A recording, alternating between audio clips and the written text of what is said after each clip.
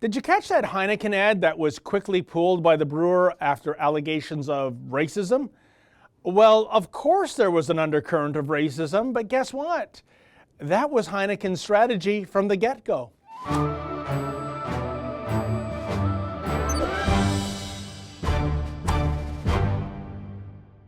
Given the fierce fallout over Heineken's most recent advertisement, it would seem that the last time this particular brand of suds faced such brutal blowback, it came via Dennis Hopper in the 1987 movie Blue Velvet. What kind of beer do you like? Heineken? Heineken? That Pabst Blue Ribbon! Well, I'll be. The beer of choice for paranoid perverts is Pabst Blue Ribbon. I think I know a PBR drinker that actually indeed falls into that category, but I digress. In any event, in case you missed that Heineken ad that's causing so much outrage the world over, here it is.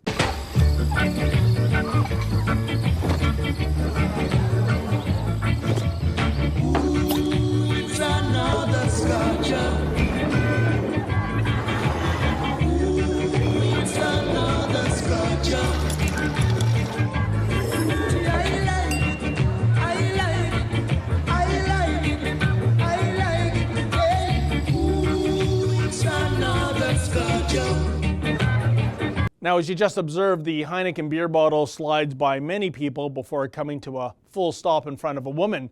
Just three little hitches, though. Number one, all of the people the bottle passes by happen to be people of color.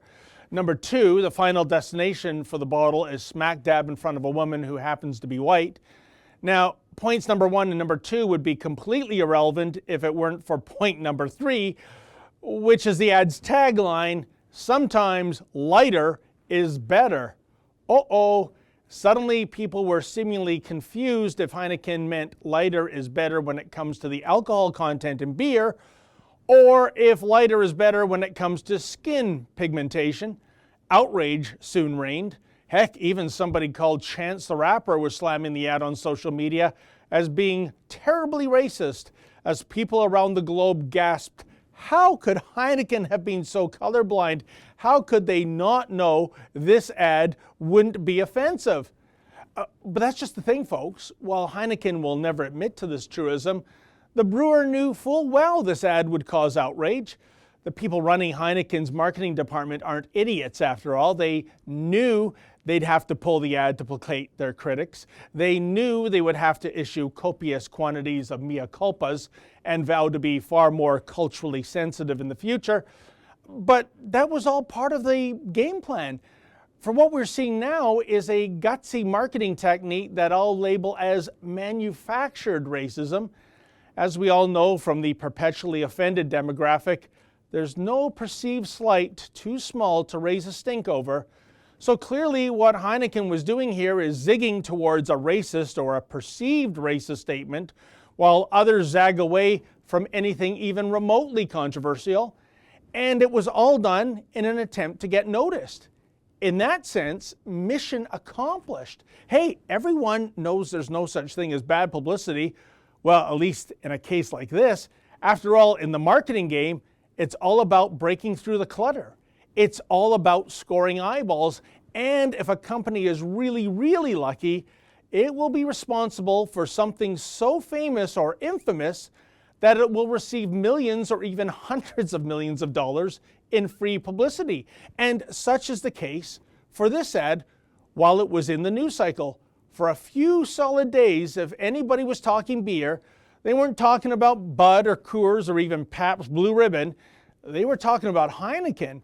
And despite all the fire and fury, does anyone truly believe this is going to hurt Heineken's bottom line? For those who buy Heineken by the case, do you think they're now going to stop doing so due to such a manufactured misstep? Well, I'll bet you a six-pack the answer is going to be this. Heineken might even gain market share in the years to come. It's funny what brand recognition can lead to. Besides, we're pretty sure a company like Heineken has done its market research. Indeed, my gut feeling is that the marketing folk at Heineken realize there are tons of snowflakes who tend to lose it over what they perceive to be racist these days, no matter how trite. After all, in 2018, We have an entire constituency of people who live by the mantra, I exist, therefore I am offended. And Heineken played these people, and the rest of us, and the media too. Bottom line, if a company can leverage snowflake outrage into an avalanche of free publicity, where's the downside? For the Rebel.Media, I'm David the Menzoid Menzies. Hey folks, you may have heard the Rebel has a brand new app. Please download that app and take the Rebel with you wherever you go.